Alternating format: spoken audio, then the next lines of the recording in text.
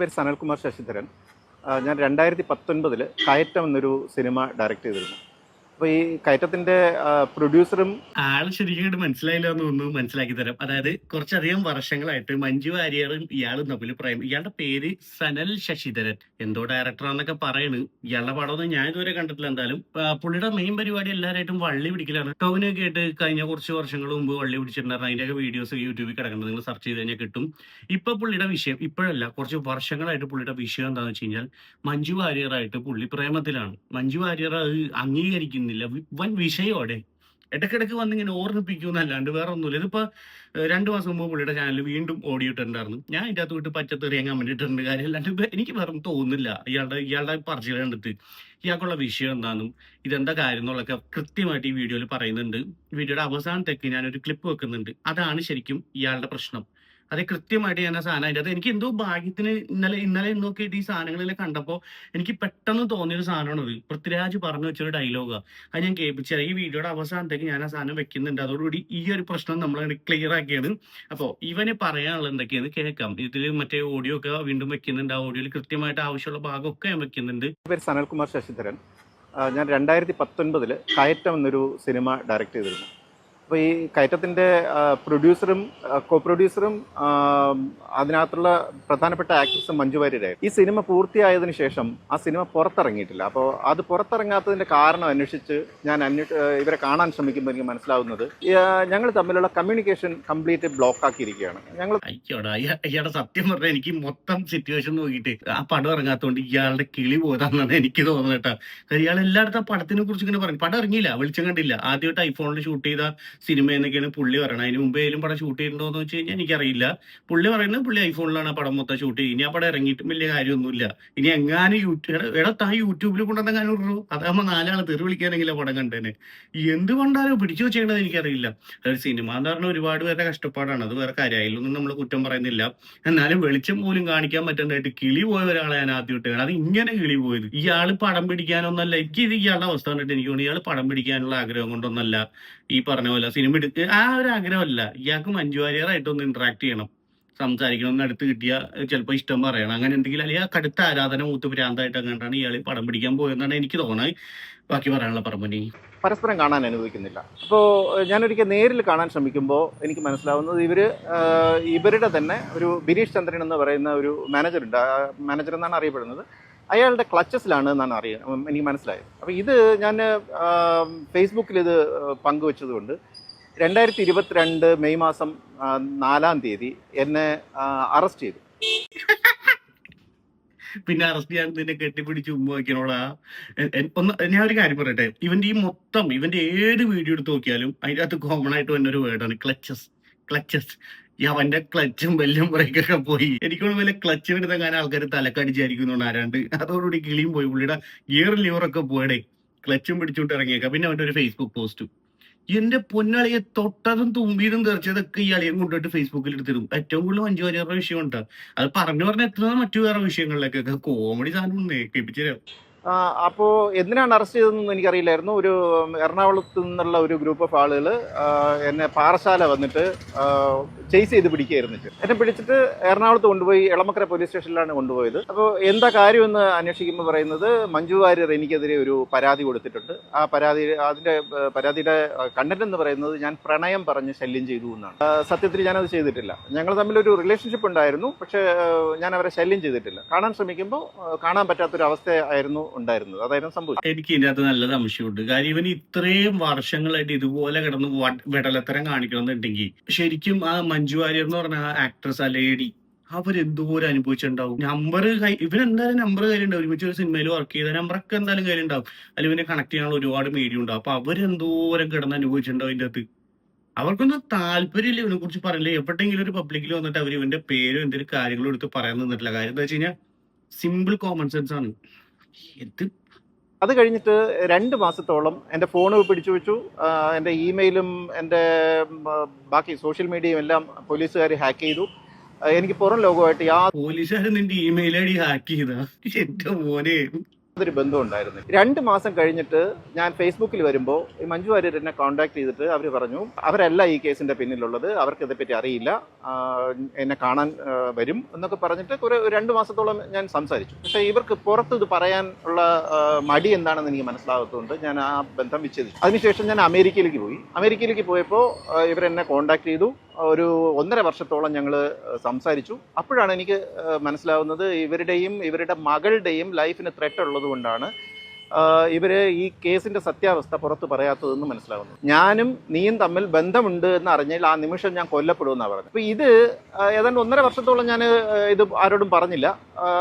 പിന്നീട് ഒരു ഇവന്റെ മെയിൻ വിഷയം മഞ്ജു വാര്യർ അല്ലെങ്കിൽ കുടുംബത്തിന് അല്ലെങ്കിൽ മഞ്ജു വാര്യർ ആരെ അപായപ്പെടുത്താൻ ശ്രമിക്കുന്നു, ഇവൻ രക്ഷകനാവണം.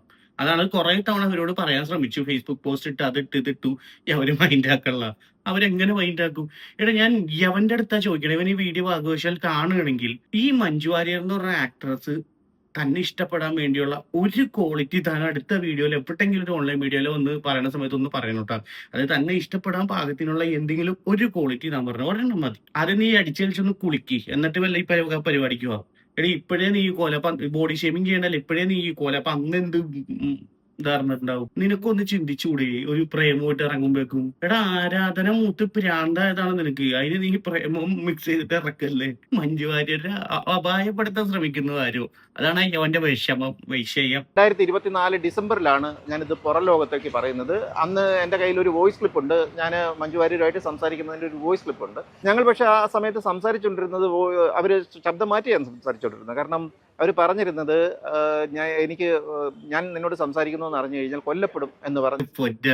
ഈ അളിയന്റെ കാര്യം പറയണ ഒരാള് വിളിച്ച് അവനെ പറ്റിച്ചതാണെന്ന് അവന് ഇപ്പോഴും മനസ്സിലായിട്ടില്ല. ഈ കേരളത്തിലുള്ള മലയാളികൾക്ക് മൊത്തം മനസ്സിലായി അവനെ ആരോ നല്ല രീതിക്ക് ഹുക്ക് ചെയ്താണെന്ന്. കാര്യം ആ വോയിസിലുള്ള കുറച്ച് കാര്യങ്ങളൊക്കെ ഞാൻ നോട്ട് ചെയ്ത് കട്ട് ചെയ്തെടുത്ത് വെച്ചിട്ട് ഞാൻ അതിലേക്കൊക്കെ വരാം. ആ വോയിസ് കേട്ട് കഴിഞ്ഞാൽ പറഞ്ഞ ശബ്ദം മാറ്റി തന്നെ. എടാ ശബ്ദം മാറ്റി കഴിഞ്ഞാൽ എങ്ങനെയാണ് സ്ലാങ് മാറുന്നത്? ഏതോ തമിഴ്നാട്ടിൽ നിന്ന് അങ്ങാണ്ട് പിടിച്ചുകൊണ്ട് വന്ന ഏതോ സാധനത്തിന് വെച്ചിട്ട് ഒന്നില്ല ഇവൻ തന്നെ മാനിപ്പുലേറ്റ് ചെയ്തിട്ട് ഇങ്ങനത്തെ ഒരു കോൾ റെക്കോർഡ് ഇറക്കണം. കാര്യം ഇത് എഡിറ്റഡ് ആണ് സാധനം. എഡിറ്റഡ് എന്ന് പറഞ്ഞാൽ അതിന്റെ അടിയിൽ എഴുതി കാണിക്കേണ്ട, ഇവന് അപ്ലോഡ് ചെയ്യുന്ന എല്ലാ വീഡിയോയുടെ അടിയിൽ എഴുതി കാണിക്കേണ്ട ഏതോ സോഫ്റ്റ്വെയർ വെച്ചിട്ട് അതിന്റെ അകത്ത് റെക്കോർഡ് എന്നുള്ള സാധനം കാണിക്കുന്നുണ്ട്. ഇവൻ തന്നെ അടിച്ചിറക്കിയേക്കണെന്നാണ്. ഇമാരി ഭ്രാന്തായപ്പോഴും നിനക്ക്. ഇനി ന്യൂസ് കേരളയിൽ വന്നിട്ട് ഒരു കാര്യമില്ലാണ്ട് ന്യൂസ് കേരളയിൽ ഒരു ആങ്കർ വന്നിട്ട് ഇവരെ വിളിച്ചിരുത്തി 19 മിനിറ്റ് ആ ആങ്കറിന്റെ, അത് വീഡിയോ വന്ന ടൈമാണ്, അതിന്റെ മുകളിൽ പോയിട്ടുണ്ടാവും ഡ്യൂറേഷൻ. ആ ആങ്കറിന്റെ ഈ ചാനലിന്റെ കുറെ പേരുടെ സമയവും എല്ലാം നഷ്ടപ്പെടുത്തിയിട്ടുണ്ട് ഇവനെ വിളിച്ചിരുത്തിയിട്ട്. എന്തിനാ ഇവനെ വിളിച്ചിരുത്തണമെന്ന് എനിക്കറിയില്ല. പല മെയിൻ സ്ട്രീം മീഡിയാസ് ഒക്കെ ഇത് റിപ്പോർട്ട് ചെയ്യുന്നുണ്ട്. അത് എന്തിനാന്നും എനിക്കറിയില്ല. നിനക്കൊന്നും വേറെ പണിയില്ലേന്ന് ഇപ്പൊ ചോദിക്കേണ്ടിയിരിക്കുന്നു. എന്തായാലും ആ കുറച്ച് സാധനങ്ങൾ കൂടി കാണിച്ചു തരാം. അതായത് ഞാനും മഞ്ജു വാര്യരും തമ്മിലുള്ള റിലേഷൻഷിപ്പ് ഉണ്ട് എന്ന് പറഞ്ഞത് 2022 മെയ്യിലാണ്. 2022 മെയ് മാസം 4-ാം തീയതി എന്നെ അറസ്റ്റ് ചെയ്തിരുന്നു. ഈ അറസ്റ്റ് ചെയ്യുന്ന സമയത്താണ് ഞാനിത് പറയുന്നത്. ഞങ്ങൾ തമ്മിൽ ഒരു റിലേഷൻഷിപ്പ് ഉണ്ട്, ഞങ്ങളെ കാണാൻ അനുവദിക്കാതിരിക്കാനാണ് ഈ അറസ്റ്റും കേസും എന്നൊക്കെ പറയുന്നത്. ആ സമയത്താണ്. അതിനു മുൻപ് ഒരിടത്തും ഞാനത് പറഞ്ഞിട്ടില്ല. അതിനുശേഷം ഞാനിത് ആവർത്തിക്കുന്നത് 2024 ഡിസംബറിലാണെന്ന് തോന്നുന്നു. കാരണം ആ സമയത്ത് ഞങ്ങൾ തമ്മിൽ ശരിക്കും സംസാരിച്ചിട്ടുണ്ടായിരുന്നു. ഈ എൻ്റെ സ്റ്റോറി നടക്കുന്നത് 2019 ഞാൻ ഈ കയറ്റം എന്ന് പറയുന്ന സിനിമ ചെയ്യുന്നതോടെയാണ്. 2019 ഞങ്ങൾ 2018 ഞങ്ങൾ സംസാരിച്ചു തുടങ്ങുന്നത്, കണ്ടുമുട്ടുന്നത്. 2019 ഈ സിനിമ ചെയ്യുന്ന സമയത്ത് ഞങ്ങൾ സംസാരിച്ചിട്ടുണ്ട്. പിന്നെ ഒരു റിലേഷൻഷിപ്പ് എന്ന് പറയാവുന്ന ഒന്നും ഉണ്ടായിട്ടില്ല. ഞങ്ങൾ ഒരു അട്രാക്ഷൻ ഉണ്ടായിരുന്നു. ഞാൻ അവരോട് പറഞ്ഞു എനിക്കൊരു സ്പിരിച്വൽ അട്രാക്ഷൻ ഉണ്ടെന്നാണ് പറഞ്ഞത്. അട്രാക്ഷൻ നിനക്ക് നീ സ്പിരിറ്റ് അടിച്ചിട്ട് ഭ്രാന്തായി പോയതാണ് അവിടെ. അറിയാൻ മേലാത്തോണ്ട് ചോദിക്കുക. അട്രാക്ഷൻ 2 പേർക്ക് ഉണ്ടായിരുന്നു. യവൻ ഉണ്ടായിട്ടുണ്ടാവും. ഇവന്റെ കാര്യം കൂടി ഇവൻ എന്തൊരു ഇത് വേറെ ഏതോ ഹാലൂസിനേറ്റിംഗ് വേൾഡിൽ കിടക്ക പുള്ളി തന്നെ സ്വയം സങ്കല്പിച്ച് ഓരോ കഥകൾ ഉണ്ടാക്കുന്നു, അതങ്ങോട്ട് വിശ്വസിക്കുന്നു, അങ്ങനെ ജീവിച്ചു പോകുന്നു. ഇതൊക്കെ പിടിച്ച് പൂട്ടിയിടുന്ന സമയം കഴിഞ്ഞാൽ അന്ന് പോലീസുകാർ 2 തവണയൊക്കെ അറസ്റ്റ് ചെയ്യുന്നു പറഞ്ഞു. എന്റെ പൊന്നു സാറുമാരെ അറിയാൻ മേലാത്തോണ്ടിരിക്കുക. നിങ്ങൾ അറിയാണ്ട് എന്റെ മർമ്മത്തെ കണ്ടിട്ട് വീണ്ടും അടിച്ച കാര്യം. ഇതുപോലെയൊക്കെ കിളി പോരാക്ക് ഇത് കളിയാക്കുന്നല്ല കാര്യം. ഇയാളുടെ അവസ്ഥ മനസ്സിലാക്കി തിരിച്ചറിഞ്ഞിട്ട് പോലും ഇയാളെ പ്രോപ്പറായിട്ട് എന്തെങ്കിലും ഒരു കാര്യം ചെയ്യാനോ അല്ലെങ്കിൽ ഇയാളെ എന്താ പ്രശ്നം എന്നൊന്നും അന്വേഷിച്ച് കണ്ടുപിടിച്ചിതാക്കാനോ ഒന്നും ആരും ശ്രമിക്കുന്നില്ല. ഇയാളും മുന്നിട്ട് ഇതുപോലത്തെ വെള്ളത്തരം ഇറക്കിക്കൊണ്ടിരിക്കും. പിന്നെ എനിക്ക് തോന്നുന്നു മഞ്ജു വാര്യർ ഇത് വലിയ ആനമയിൽ ഒട്ടകം എന്നുള്ള മൈൻഡിലായിരിക്കും. കാര്യം ഇവന്റെ അടുത്തൊക്കെ സംസാരിക്കാൻ പോണ മഞ്ജു വാര്യർ എടുക്കണെന്തിനാ? നോർമലായിട്ട് എടുക്കണ ഏതെങ്കിലും ഒരു പെൺകുട്ടിയാണെന്നുണ്ടെങ്കിൽ ഇതുപോലെ വെടലത്തരം കാണിച്ചിരിക്കുന്ന ആളടുത്ത് വല്ല സംസാരിക്കാൻ അല്ലെങ്കിൽ അതിനെ ന്യായീകരിക്കാൻ നിൽക്കും. ഇല്ല, മൈൻഡ് ആക്കില്ല, വിട്ടുകളയും. കാര്യം ഇത് കൺഫേം ആണ് എന്താ പ്രശ്നം എന്നുള്ളത്. അപ്പൊ പിന്നെ മൈൻഡ് ആക്കേണ്ട കാര്യമില്ല. അത് കുടുംബക്കാരും മട്ടക്കാരെ കൂടി ചേർന്നിട്ട് എന്താ വെച്ചാൽ ചെയ്യണം. നാട്ടുകാർക്ക് മൊത്തം വേണ്ടേ ഇതിന്റെ. ഒരുപാട് സിനിമ ചെയ്യണമെന്ന് ആഗ്രഹം ഉണ്ടായിരുന്നു. ഇതെല്ലാം കഴിഞ്ഞിട്ട് ഈ സിനിമ പൂർത്തിയായിട്ട് സിനിമ പുറത്തിറങ്ങാത്ത അവസ്ഥ വന്നപ്പോൾ ഞാൻ ഇവരുമായിട്ട് സംസാരിക്കാൻ ശ്രമിക്കുമ്പോൾ എനിക്ക് മനസ്സിലാവുന്നത് ഞങ്ങളുടെ കമ്മ്യൂണിക്കേഷൻ കംപ്ലീറ്റ് ബ്ലോക്ക്ഡാണ്. അതെന്താണെന്ന് അന്വേഷിക്കാൻ പോകുമ്പോഴാണ് മനസ്സിലാവുന്നത് ഈ സിനിമ പുറത്തിറങ്ങാത്തതിന് കാരണം ഞങ്ങൾ തമ്മിലുള്ള ബന്ധമാണെന്ന്. അത്രയും ബന്ധം ഞങ്ങൾ തമ്മിൽ സത്യം പറഞ്ഞാൽ ഇല്ലായിരുന്നു. എന്ന് നിങ്ങൾ ഏത് വഴി അറിയുന്നത്?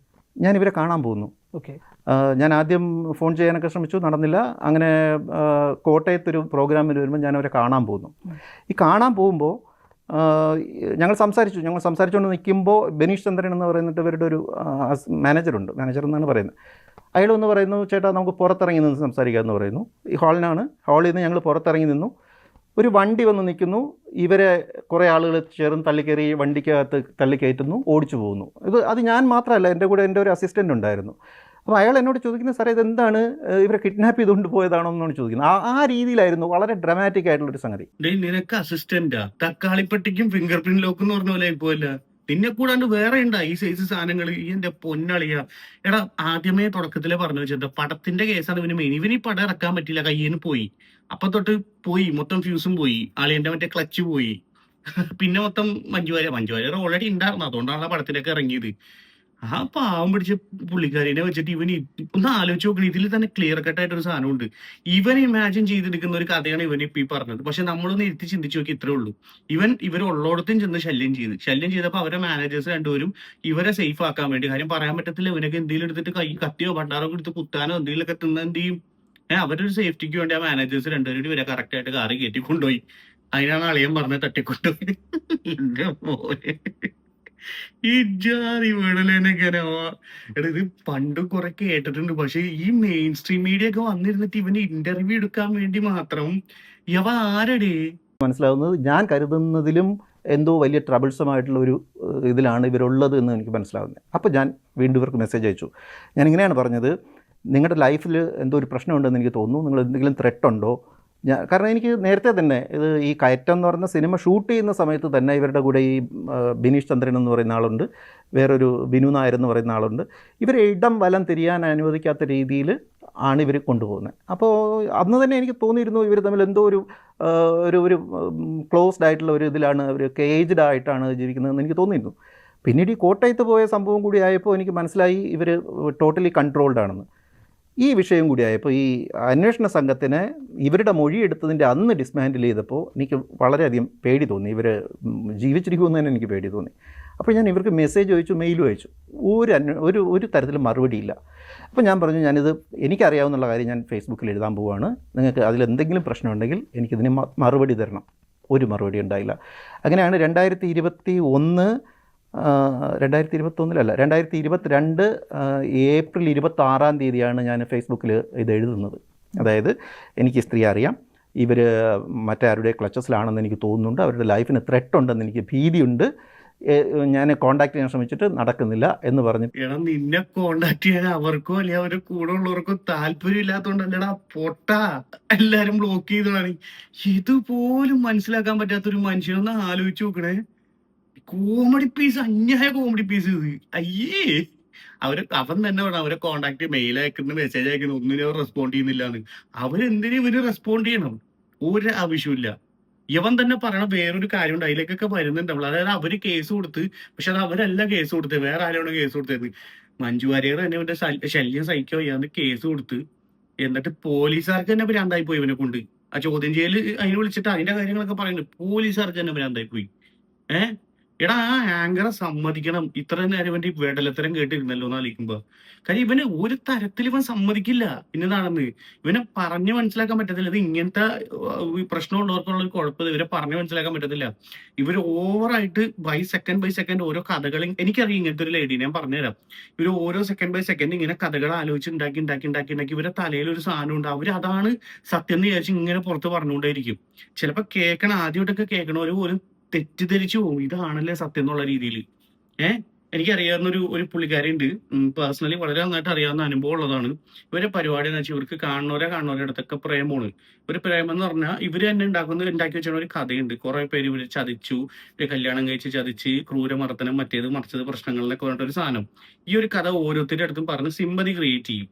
സിമ്പതി ക്രിയേറ്റ് ചെയ്തിട്ട് ഇവരുടെ കൂടെ കൂടി പിന്നെ ഇവളെ എന്താ പറയാ ഉപദ്രവിക്കുന്നു, അല്ലെന്നുണ്ടെങ്കിൽ ചീറ്റ് ചെയ്യാൻ ശ്രമിക്കുന്നു, അല്ലെന്നുണ്ടെങ്കിൽ ഇവക്കൊരു വില കൊടുക്കുന്നില്ല എന്നൊക്കെ ഇങ്ങനെ പറഞ്ഞ് ഇൻജെക്ട് ചെയ്തുകൊണ്ടിരിക്കും.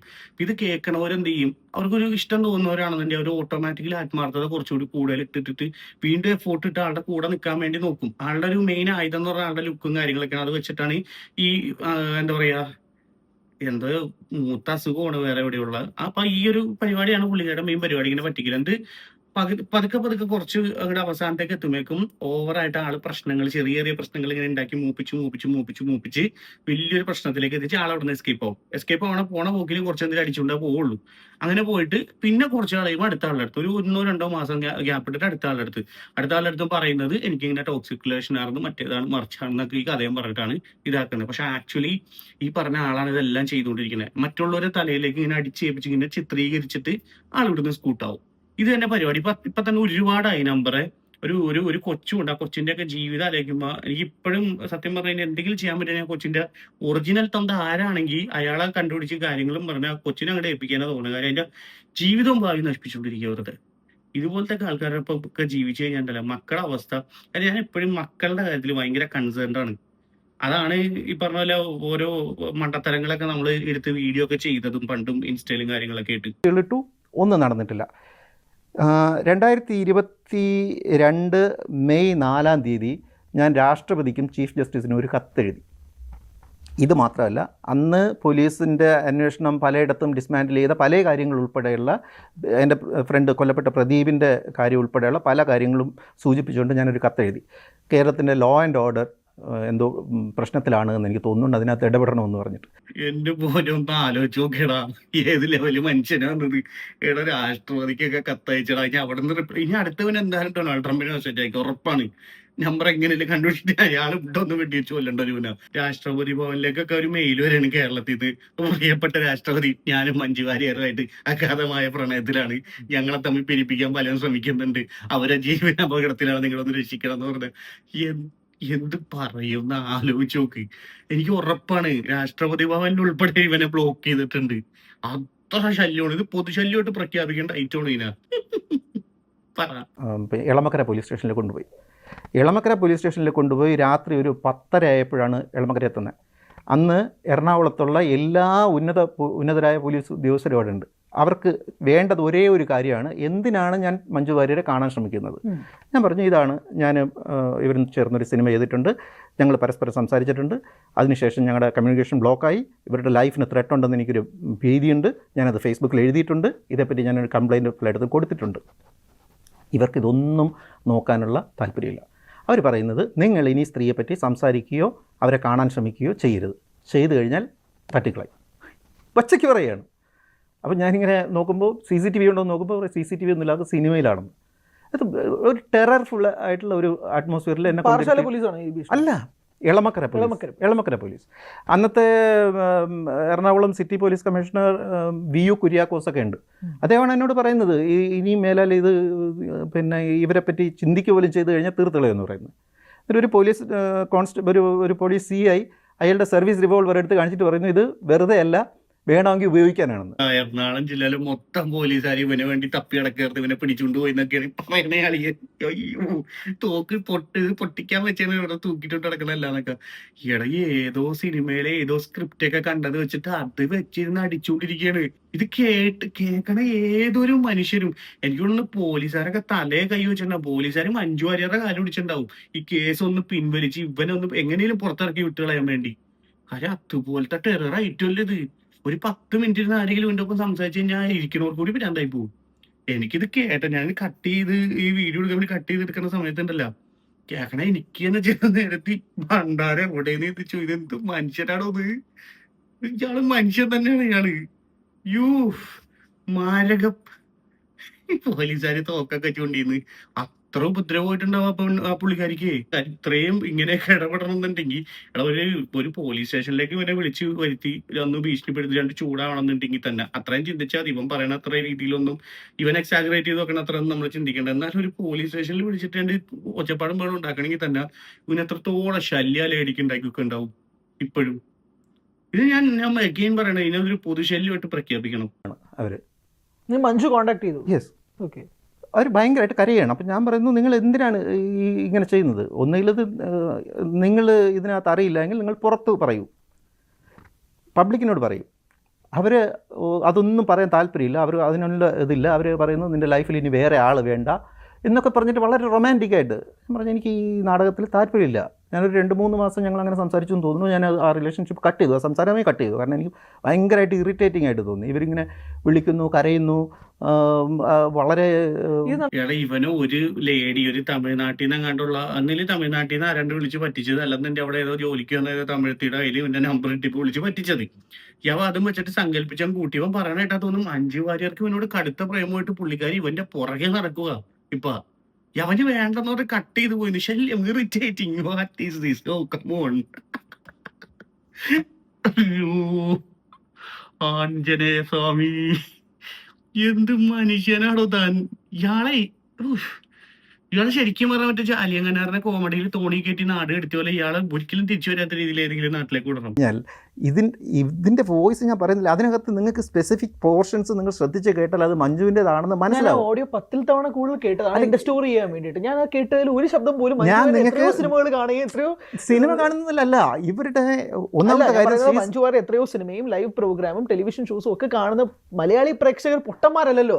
ഈ ശബ്ദം മഞ്ജുവിന്റെ ആണോ അല്ലയോ എന്നുള്ളത് മനസ്സിലാക്കാനായിട്ട് ഇല്ല കാര്യം. അതിനകത്ത് സ്പെസിഫിക് പോർഷൻസിൽ നിങ്ങൾ ശ്രദ്ധിച്ചു കഴിഞ്ഞാൽ അത് അവരുടെ ആണെന്ന് മനസ്സിലാവും. അത് പോട്ടെ, അത് പോട്ടെ, എല്ലാവർക്കും മനസ്സിലായി നീ പൊട്ടനാന്ന്. നിന്റെ വിചാരം ബാക്കിയുള്ളവർ പൊട്ടന്മാരാന്നാ. ഇവൻ വിട്ട വോയിസ് ഞാൻ കേൾപ്പിക്കുന്നുണ്ട്. അടുത്ത് ഞാൻ ആ വോയിസ് ആണ് വെക്കാൻ പോകുന്നത്. ഓക്കെ, അത് 10 തവണ ഒന്നും കേൾക്കേണ്ട. ഇയാൾ പറഞ്ഞ പോലെ ഒരു തവണ കേട്ടാൽ മതി. അത് മഞ്ജു വാര്യരല്ലെന്ന് കൺഫേം അറിയാം. യവനും യവന്റെ തമിഴത്തി കൂടി ഒപ്പിച്ച് വെച്ച ഒരു വെടല പരിപാടി. എന്റെ മോൻ ഇത്. പക്ഷെ ഏറ്റവും വലിയ കോമഡി എന്താ അറിയോ?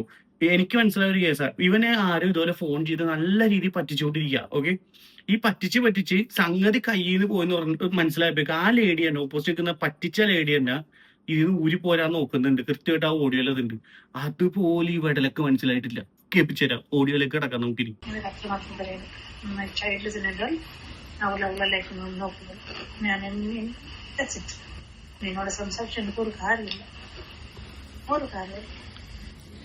നിനക്ക് റിലേഷൻഷിപ്പിന്റെ ഇഷ്യൂ ആണെങ്കിൽ അത് പറ. നിനക്ക് പുതിയ റിലേഷൻഷിപ്പ് ഇഷ്യൂ ആണെങ്കിൽ അത് പറ. This is no. Again, you're going back to the same thing. നിനക്ക് പുതിയ റിലേഷൻഷിപ്പിന്റെ ഇഷ്യൂ ആണെങ്കിൽ അത് പറ. എനിക്ക് പുതിയ റിലേഷൻഷിപ്പ് വന്നു, അതുകൊണ്ട് നമുക്ക് പോകണം. എത്ര സമയം ചോദിക്കും സെയിം ക്വസ്റ്റ്യൻ? ഇല്ലാന്ന് പറഞ്ഞിരിക്കാൻ മനസ്സിലാക്കില്ലോ.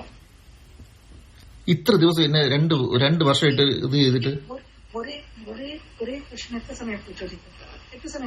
നീ കള്ളം പറഞ്ഞാൽ എനിക്ക് മനസ്സിലാവുമല്ലോ. അല്ലെ ഇത്ര ഇല്ലായിരുന്ന ഒരു സാധനം നിനക്ക് ഇപ്പൊ ഒരു വലിയ മാറ്റം ഉണ്ടാക്കിയിട്ട് വന്നിട്ട് നീ പൊക്കോ, പൊടിയും തട്ടി പൊക്കോ, എനിക്ക് ഒന്നും ചെയ്യാൻ പറ്റില്ല എന്ന് പറഞ്ഞാൽ ഞാൻ പറയുന്നു, ഞാൻ റിലേഷൻഷിപ്പിന്റെ കാര്യത്തിലല്ല, ഇത് വേറെ സാധനം എന്ന് പറഞ്ഞു. റിലേഷൻഷിപ്പിന്റെ കാര്യമില്ല. ഇതിന്റെ തുടക്കത്തിലൊന്നും ഇങ്ങനെയല്ല. കുറെ വോയിസുകൾ ഇട്ടിട്ടുണ്ട്. ആക്ച്വലി ഈ പറ്റിക്കുന്ന ആളെ ഇവനെ പറ്റിച്ച് പണ്ടാറടങ്ങിയപ്പോ അവർക്ക് തന്നെ മനസ്സിലായി ഇത് കയ്യിൽ നിന്ന് പോയി തുടങ്ങി. ചെറുക്കന് പ്രാന്താന്നുള്ളവർക്ക് മനസ്സിലായിട്ടുണ്ടാവും. ചിലപ്പോ എന്തെങ്കിലും ഒരു തോന്നിയിട്ടുണ്ടാവും. അവര് പിന്മാറാൻ നോക്കിയിട്ട് പോലും ഇവൻ സമ്മതിക്കുന്നില്ല. അപ്പൊ അറിയാണ്ട് മഞ്ജു വാര്യരെങ്കിലും ഈ ഒരു പ്രശ്നം ഇത് ഇങ്ങനെയല്ല മോനെന്ന് പറഞ്ഞ് മനസ്സിലാക്കാൻ ഇവനൊന്ന് വിളിച്ചിരുന്നെങ്കിലുള്ള അവസ്ഥ ആലോചിച്ച്. ഇവൻ ചിലപ്പോ വല്ലതൊക്കെ എടുത്ത് വെട്ടിക്കൊല്ലാൻ ചെല്ലവരാ അവിടെ. കാര്യം ഇവന്റെ കയ്യിൽ നിന്ന് പോയി തോന്നി കഴിഞ്ഞാ. അടുത്തൊരു വോയിസ് കൂടി ഉണ്ട്. എന്തിനാ ചെയ്യണം? അത് കുറച്ച് ആലോചിച്ച് നോക്കടാ. ഞാൻ എത്ര കോണഷ്ടം തീരെ സ്ത്രീ ആയാലും ഏത് തേങ്ങ ആയാലും മോശமான സ്ത്രീ ആയാലും because you know that I love you. No. Yes. No, that is not. That is you're taking it for granted, man. No. Yes. No, I am not. എന്റെ അളിയ, നിന്റെ കോമഡി പരിപാടിയായിട്ട് നീ ഇനിയും വന്നെന്നാണ് ഞാൻ പറയുന്നത്. കാര്യം ഈയിടെ ഇതിനെ ഒന്നും ചെയ്യാൻ പറ്റാത്തൊരു അവസ്ഥ. ഇപ്പൊ ഇതിനൊരു പ്രോപ്പർ ആയിട്ട് ഇതിനൊരു കൗൺസിലിംഗ് എന്തെങ്കിലും കൊടുത്തു ഇതിനൊന്ന് ഇത് സംഭവം ഇത്രേ ഉള്ളൂ. ഒരു താരത്തോടുള്ള ആരാധന, അല്ലെങ്കിൽ ഒരു വ്യക്തിയോടുള്ള ആരാധന, വ്യക്തിയോടുള്ള ഒരു എന്താ പറയാ ഭ്രാന്തമായിട്ടുള്ള ഒരു ഇഷ്ടം, അതിൽ നിന്ന് വരുന്ന ഒരു സാധനമാണിത്. സിമ്പിൾ ആയിട്ട് ഏതൊരാൾക്കും മനസ്സിലാക്കാൻ പറ്റുന്ന ഒരു കാര്യമുള്ളത്. അതാണ് ആക്ച്വലി ഇവന് സംഭവിച്ചത്. അത് അവന് തിരിച്ചറിയാൻ പറ്റുന്നില്ല. എനിക്ക് തോന്നുന്നു അവനിതിൽ ഹെൽപ്പ് ചെയ്യാനോ പറഞ്ഞ് മനസ്സിലാക്കി കൊടുക്കാനോ പോലും ആരുമില്ല. അവനെ കയ്യിൽ നിന്ന് പോയിരിക്കുക. ഇവന്റെ വേറെ ബോർഡ്സ്, ഹിസ്റ്ററി, ഇപ്പൊ ഏതൊക്കെ ഫാമിലി റിലേറ്റീവ്സ് ഇവനായിട്ട് കണക്റ്റഡ് ആണ്, ഇതൊക്കെ പോലീസൊന്നും ചെക്ക് ചെയ്താൽ പോരെ. ഇനി ഇവൻ പറയുന്നത് ഒരു പരാതി കൊടുത്തിട്ട് അതിന് പോലും എന്താ പറയാ ഒരു തീരുമാനമായിട്ടില്ല, കേസ് അന്വേഷിക്കണം പോലീസിന്. പരാതി കൊടുത്ത ആരാന്നറിയോ? മഞ്ജു വാര്യർ. മഞ്ജു വാര്യർ കൊടുത്ത പരാതിയിൽ ഇവനെ പോലീസ് മുംബൈയിൽ നിന്ന് വന്നപ്പോഴേക്കും പോലീസ് ഇവിടെ നിന്ന് പോയി അറസ്റ്റ് ചെയ്ത് കൊണ്ടുവന്നെന്നൊക്കെയാണ് പറഞ്ഞത്. അങ്ങനെയാണെങ്കിൽ തന്നെ ഒന്ന് ആലോചിച്ച് നോക്കുക. നമുക്ക് ഏതൊരാളെ കേസ് കൊടുത്താൽ ആ കേസ് എങ്ങും എത്തുന്നില്ല എന്നുണ്ടെങ്കിൽ സമാധാനിക്കല്ലേ വേണ്ടേ? യവനെ നേരെ തിരിച്ചാ അതിൽ നിന്ന് തന്നെ വ്യക്തമാണ് ഇവൻ എന്താ പ്രശ്നം എന്നുള്ളത്. എടാ എന്നെ അറസ്റ്റ് ചെയ്യുമെന്ന് പറഞ്ഞ് നടക്കണ ഒരുത്തന്നെ ഒന്ന് ആലോചിച്ച് നോക്കണം നിങ്ങൾ. അങ്ങനെ ആരെങ്കിലും ജീവിതത്തിൽ നിങ്ങൾ എവിടെയെങ്കിലും കണ്ടിട്ടുണ്ടോ? ഇത് മറ്റേ ജഗതിയുടെ പണ്ടത്തെ ഒരു ഇതുണ്ടല്ലോ, ഏതോ പോലീസ് സ്റ്റേഷനിൽ കയറാൻ വേണ്ടി പുള്ളിയുടെ എന്തോ മറ്റേ വൈര്യങ്ങൾ എന്തായാലും പോലീസ് സ്റ്റേഷനിലായി പോയി അതെടുക്കാൻ വേണ്ടി ഇടയ്ക്ക് റോട്ടിന്റെ നടുക്കൊക്കെ പോയി കിടക്കും. എന്നെ അറസ്റ്റ് ചെയ്യും, എന്നെ എങ്ങനെയും കൊണ്ടുപോയി അകത്തിടും എന്ന് പറയണ ആ സെറ്റപ്പാണ് ഈ അളിയന് ചെയ്തുകൊണ്ടിരിക്കണേ. പോലീസുകാർക്ക് വേണ്ട, നാട്ടുകാർക്ക് വേണ്ട, ആർക്കും വേണ്ട. എന്ത് രാഷ്ട്രപതിക്ക് വരെ മെയിൽ അയച്ച മുതൽ എന്തുവാണ് നിന്റെ പ്രശ്നം? കണ്ടിരിക്കുന്ന ജനങ്ങൾക്ക് മൊത്തം മനസ്സിലായി നീ ഒരു കോമഡി പീസാന്ന്. നീ ഒരു കാര്യം ചെയ്ത് പരിപാടി എടുത്തിട്ട് അറിയാവുന്ന വല്ല പണിയും ചെയ്ത് ജീവിക്ക്. സിനിമ എടുത്താൽ അതും ഇറങ്ങിയില്ല, അതിന്റെയും കൂടി വേറെ കിളിയും പോയി. നീ ഇവന്റെ പ്രശ്നം എന്താന്ന്? ഒരു സിനിമയില് ഡ്രൈവിംഗ് ലൈസൻസ് എന്ന് പറഞ്ഞ സിനിമയിൽ ഒരു സീനുണ്ട്. ഞാൻ ഈ കഴിഞ്ഞ ദിവസം വീണ്ടും പടം റിപ്പീറ്റഡ് ആയിട്ട് കണ്ടപ്പോ എനിക്ക് കറക്റ്റ് ഇത് കണക്ട് ചെയ്യാൻ പറ്റി. പൃഥ്വിരാജ് ഡെലിവറി ചെയ്യുന്ന ഡയലോഗാ. ഞാൻ ഒരു പോർഷൻ ഒന്ന് വെച്ചുതരാം. പ്രശസ്ത ഗായകൻ ജോൺ ലെനൻ വെടിയേറ്റ് മരിച്ചു. കൊന്നത് അദ്ദേഹത്തിന്റെ കടുത്ത ആരാധകൻ. കനേഡിയൻ കോമഡി താരം ഫിൽ ഹെർമനെയും അമേരിക്കൻ നടി റെബേക്ക ഷെഫറിനെയും കൊലപ്പെടുത്തിയതും അവരുടെ ആരാധകർ തന്നെയായിരുന്നു. സെലിബ്രിറ്റീസിനെതിരെ ആരാധകരുടെ ഭാഗത്തു നിന്നുണ്ടായിട്ടുള്ള ഇതുപോലെയുള്ള അനവധി അക്രമങ്ങൾ റിപ്പോർട്ട് ചെയ്യപ്പെട്ടിട്ടുണ്ട്. അവരാരാധിക്കുന്ന സെലിബ്രിറ്റിയുടെ ജീവിതത്തിൽ ഇടപെടാനുള്ള ഒരുതരം ത്വര. മനഃശാസ്ത്രത്തിൽ ഇതിനെ സ്റ്റോക്കിംഗ് എന്ന മാനസിക വൈകല്യമായിട്ടാണ് വിശേഷിപ്പിക്കപ്പെടുന്നത്. ബേസിക്കലി ഇത്രേ ഉള്ളത്. ഒരു താരത്തോടുള്ള ആരാധന മൂത്ത് പ്രാന്തായി, അതൊരു ഒട്ടുക്കത്തെ ആരാധനയായി. ആ സമയത്ത് അവരൊന്ന് അടുത്ത് കിട്ടുന്നു, ഇന്ററാക്ട് ചെയ്യാനുള്ള സമയം കിട്ടുന്നു, പിന്നെ അത് വേറെ തരത്തിലേക്ക് പോയി. അതിന്റെ ഇടയ്ക്ക് ചിലപ്പോൾ ആരെങ്കിലും എരികൂട്ടി കൊടുത്തിട്ടുണ്ടാവും, പിന്നെ എന്തോ ഇഷ്ടമുണ്ടെന്ന് തോന്നണ്ടാ എന്നൊക്കെ വല്ലതും പറഞ്ഞിട്ടുണ്ടാവും. അതും എന്റെ മനസ്സിൽ കയറി. ഇവ മൊത്തത്തില് ഇവന്റെ കയ്യിൽ നിന്ന് പോയിരിക്കും. ഇപ്പൊ ഇത് വേറൊരു ലെവലിലേക്ക്, വേറെ സിറ്റുവേഷനിലേക്ക് പോകുന്നതിന് മുമ്പ് കൃത്യമായിട്ട് പോലീസ് ആണെങ്കിലും സിസ്റ്റം ആണെങ്കിലും ഇവനെ അറസ്റ്റ് ചെയ്യുകയും വേറെ എന്തെങ്കിലും എന്താ പറയാ മാനസികമായിട്ട് പ്രശ്നങ്ങൾ ഉണ്ടോന്ന് ചെക്ക് ചെയ്തിട്ട് പോലീസ് ഡോക്ടേഴ്സ് കാര്യങ്ങളല്ലാണ്ട് ചെക്ക് ചെയ്തിട്ട് അങ്ങനെ എന്തെങ്കിലും ഉണ്ടെങ്കിൽ അതിന് കൃത്യമായിട്ട് ട്രീറ്റ്മെന്റ് കൊടുക്കുക, എന്തെങ്കിലും ചെയ്യുക. അല്ലാണ്ട് ഇതിനെ ഇങ്ങനെ അയച്ചു വിട്ട് കഴിഞ്ഞാൽ ഇത് വേറെ വലിയ വലിയ പ്രശ്നങ്ങളിലേക്കൊക്കെ പോകും. അപ്പൊ 24/7 ചാനലിൽ ഇരുന്നിട്ട് കുറെ ന്യൂസ് വായിച്ചിരുന്നിട്ട് കാര്യമില്ല. നമ്മൾ ഓരോ കാര്യങ്ങൾ മുൻകൂട്ടി മനസ്സിലാക്കി അതിലെന്തെങ്കിലും ചെയ്യുമ്പോഴാണ് ആ സിസ്റ്റം കുറച്ചും കൂടി എന്താ പറയാ ജനങ്ങൾക്ക് ഉപകാരപ്പെടുള്ളൂ. ഇത് ഞാൻ പറഞ്ഞില്ലേ, പൊതുശല്യമായിട്ട് പ്രഖ്യാപിക്കേണ്ട ഐറ്റോടത് മഞ്ജു വാര്യർ തന്നെ പിടിച്ചിരിക്കണം നന്നായി. ഇനി വേറെ വല്ല നടിമാരെ അറിഞ്ഞെങ്കിൽ മിക്കവാറും അവനിപ്പോ ഈ ഭൂലോകത്ത് ഉണ്ടാവില്ല. കാര്യം അവർക്ക് അത്ര ക്ഷമിക്കാനുള്ള കഴിവുണ്ട് കേട്ടോ. അതുകൊണ്ട് അവൻ ക്ഷമിച്ചിരിക്കണ്. കാര്യം ആ ഒരു ലേഡിയുടെ ഒരു ത്രൂ ഔട്ട് കരിയർ ലൈഫ് എടുത്ത് നോക്കുകയാണെങ്കിൽ പലമാതിരി കാര്യങ്ങളെ കൂടി കടന്നു വന്ന ഒരാളാണ്. അവരെ വെരി പേഴ്സണൽ കാര്യത്തിലേക്ക് നമ്മൾ കിടക്കണ്ട.